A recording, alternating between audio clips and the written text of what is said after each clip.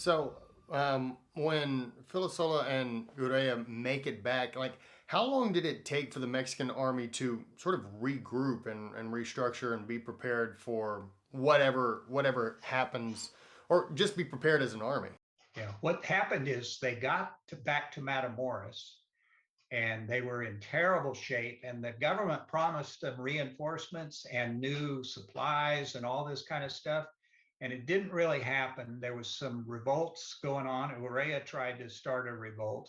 He eventually did. He and Gomez Farias eventually captured Mexico City for a short time.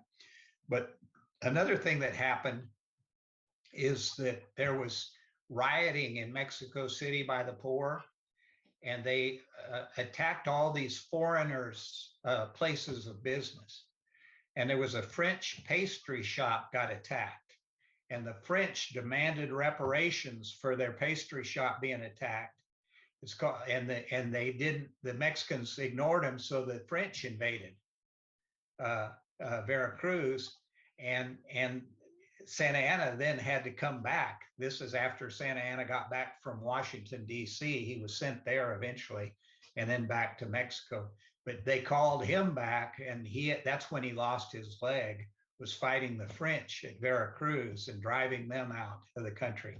So that's called the French Pastry War. And that was about a year and a half after the Texas Revolution. So they were trying to get their army reorganized, but then this came up. And so they never got them resupplied. They had about three or four different commanders. Filosola was eventually put back in command of the Army of the North. That's what they called that army in Matamoros.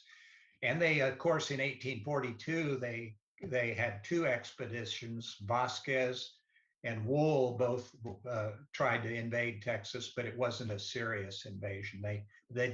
Wool did take San Antonio in 1842, but Urrea and Filosola never worked together again. In fact, Urrea became a rebel and was ended up being arrested for a while.